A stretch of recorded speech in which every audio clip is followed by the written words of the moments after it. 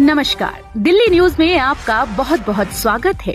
चलिए देखते हैं आज की 15 फटाफट बड़ी खबरों को। करीब 16,000 करोड़ का दिल्ली नगर निगम का बजट 8 फरवरी को होगा पास। साल 2024-25 का दिल्ली नगर निगम का बजट करीब 16,000 करोड़ रुपए का है। निगम से जुड़े सूत्रों ने ये जानकारी दी है। बजट को पास करने के संबंध में 30 जनवरी को दिल्ली नगर निगम में नेता प्रतिपक्ष राजा इकबाल सिंह कमिश्नर की तरफ से पेश बजट के संबंध में चर्चा कर सुझाव दिए। वहीं दिल्ली नगर निगम सदन में 5 फरवरी से बजट पर चर्चा होगी। 7 फरवरी तक सभी पार्षद इस पर सुझाव दे सकेंगे और 8 फरवरी को MCD का बजट पास कर दिया जाएगा। दिल्ली को जल्द मिलेगा 5वां old age home. CM Kejriwal ने दी संचालन की मंजूरी। दिल्ली में रह रहे बेसहारा बुजुर्गों को जल्द ही 5वां ओल्ड एज होम मिल जाएगा। पश्चिम बिहार में आधुनिक सुविधाओं से लैस ओल्ड एज होम का निर्माण लगभग पूरा हो गया है। इसे सावित्रीबाई फुले संस्था को संचालन के लिए दिया जाएगा। 96 बुजुर्गों के रहने की क्षमता वाले इस होम का औपचारिक रूप से संचालन के लिए मुख्यमंत्री अरविंद केजरीवाल ने मंजूरी दे दी है। दिल्ली के उपराज्यपाल से स्वीकृति मिलने के बाद इसका संचालन शुरू हो जाएगा। दिल्ली एनसीआर में और बढ़ेगी ठिठुरन। IMD ने तेज हवा के साथ जारी किया बारिश का येलो अलर्ट। लगातार हो रहे बादलों के बीच आज दिल्ली का मौसम फिर करवट लेगा। पश्चिमी विक्षोभ के असर से 30 से 40 किलोमीटर प्रति घंटे की रफ्तार वाली झोंकेदार तेज हवा के साथ हल्की वर्षा होने का येलो अलर्ट है। कल भी हल्की वर्षा जारी रहने का पूर्वानुमान है। इससे दिन के तापमान में गिरावट आएगी, जिससे दिल्ली वासियों को ठिठुरन का सामना करना पड़ेगा। आप विधायक अमानतुल्लाह खान को HC से बड़ा झटका। ED के समन पर तत्काल राहत देने से इनकार।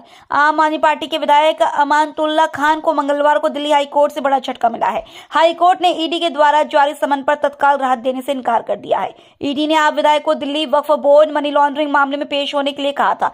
दिल्ली हाई कोर्ट ने आप विधायक को तत्काल राहत देने से इनकार करते हुए कल सुनवाई के लिए मामले को सूचीबद्ध कर दिया है। यमुना प्राधिकरण के 62,000 आवंटियों को राहत। बैठक में लिए गए अहम फैसले। सोमवार को हुई ईडा की 79वीं बोर्ड बैठक में आवासीय, औद्योगिक और संस्थागत योजनाओं में चेकलिस्ट जारी होने के बावजूद निर्माण नहीं कराने वाले 42,000 आवंटियों को 6 माह के समय विस्तार का लाभ दिया गया है।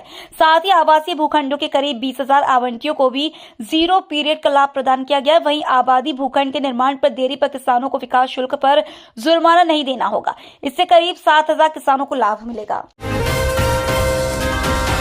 दिल्ली सीएम केजरीवाल ने चंडीगढ़ मेयर चुनाव में भाजपा पर बेईमानी का लगाया आरोप।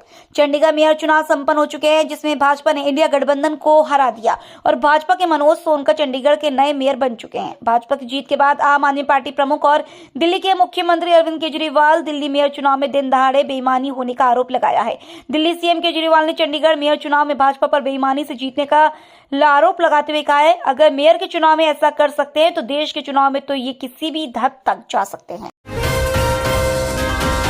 दिल्ली में फिर लगेगा धीरेन्द्र शास्त्री का दरबार। दिल्ली पुलिस ने किया एडवाइजरी जारी।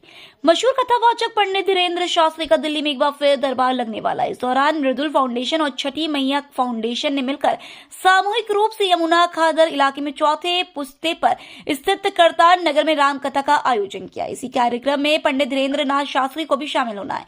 वहीं धीरेन्द्र शास्त्री के आगमन को लेकर यहां भारी भीड़ आने की भी संभावना जताई जा रही है। इससे ट्रैफिक पुलिस ने कार्यक्रम से पहले यातायात व्यवस्था सुचारू रखने के लिए एडवाइजरी भी जारी कर दी है। हेमंत सोरेन की दिल्ली आवास पर भारी मात्रा में नकदी बरामद। ईडी ने झारखंड के सीएम हेमंत सोरेन की दिल्ली स्थित आवास पर छापेमारी की थी। इस छापेमारी के दौरान झारखंड सीएम हेमंत सोरेन को मौके पर नहीं मिले, लेकिन ईडी की टीम ने भारी मात्रा में बंगले से नकदी बरामद की है। ईडी के अधिकारियों ने बताया कि हेमंत सोरेन के बंगले से 36 लाख रुपए नकद बरामद किए गए। साथ ही एक लग्जरी SUV कार भी जब्त की गई है। दिल्ली में 440 जगहों पर गरजे बुलडोजर, अवैध निर्माण किए ध्वस्त। दिल्ली में अवैध निर्माण के खिलाफ नगर निगम ने जनवरी माह में 440 जगहों पर ध्वस्तीकरण की कार्रवाई की है। साथ ही 85 जगहों पर संपत्ति को सील भी किया है। इसके अतिरिक्त अवैध रूप से 35 जगहों पर प्लॉटों की 4 दीवारी को भी ध्वस्त किया है। निगम के वरिष्ठ अधिकारी ने बताया कि अवैध निर्माण के खिलाफ 3 कानून के तहत कार्रवाई की है। इसमें मास्टर प्लान 2021, भवन निर्माण के नियमों और निगम अधिनियम का उल्लंघन करने की वजह से विभिन्न जगहों पर अवैध निर्माण को ध्वस्त किया गया है। राहुल गांधी इंडिया गठबंधन के लिए अशुभ। जेडीयू के महागठबंधन से बाहर आने और एनडीए सरकार का गठन होने के बाद केंद्रीय मंत्री गिरिराज सिंह ने राहुल गांधी पर तंज कसा है। गिरिराज सिंह ने कहा है कि राहुल गांधी इंडिया गठबंधन के लिए अशुभ साबित हो रहे हैं। वह जहां जहां जा रहे हैं वहां पर उनका गठबंधन टूटता जा रहा है। उनका गठबंधन कैसा रहेगा यह भी देखना होगा। अगर वह ज्ञान यात्रा निकालते तो उनको बिहार की धरती पर ज्ञान मिलता। अयोध्या में राम मंदिर के लिए दिल खोलकर दान कर रहे लोग। अयोध्या में भगवान श्री राम लला की प्राण प्रतिष्ठा के बाद आम लोगों के लिए राम मंदिर के कपाट 23 जनवरी 2024 से खोल दिए गए थे। इसके बाद से राम मंदिर में रामलला के दर्शन के लिए आने वाले श्रद्धालुओं की तादाद में लगातार इजाफा होता जा रहा है। इसके साथ ही राम के नाम पर लोग दिल खोलकर दान दे रहे हैं। श्रद्धालु लगातार उनके दर्शन के लिए मंदिर में पहुंच रहे हैं। वहीं रामलला को भी अभी भी लगातार श्रद्धालु कुछ न कुछ भेंट चढ़ा रहे हैं। ये भेंट सोने चांदी के जेवर से लेकर रुपए तक में दी जा रही है। दिल्ली एनसीआर में अवैध हथियारों की बिक्री करने वाले हथियार तस्कर को एसटीएफ ने दबोचा। एसटीएफ ने हथियार तस्कर शिवम उर्फ डिब्बा को पिलखुवा पुलिस के साथ मिलकर दबोच लिया। स्पेशल टास्क फोर्स और पिलखुवा पुलिस की संयुक्त टीम को बड़ी सफलता मिली है। टीम ने एनसीआर क्षेत्र में अवैध रूप से हथियारों की तस्करी करने वाला तस्कर शिवम सैनी उर्फ डिब्बा को पिलर संख्या 20-21 के बीच से रेलवे क्रॉसिंग की ओर जाने वाला कच्चा रास्ते से गिरफ्तार कर लिया। उसकी कब्जे से भारी मात्रा में अवैध असलहे और कारतूस बरामद किए हैं। पीएम मोदी और भारत के लोगों से माफी मांगे मोइजू। मालदीव और भारत के 7 रिश्तों में खटास के बीच मालदीव की जमहूरी पार्टी के नेता कासिम इब्राहिम ने राष्ट्रपति मोहम्मद मोइजू से पीएम मोदी और भारत के लोगों से औपचारिक रूप से माफी मांगने के लिए कहा है।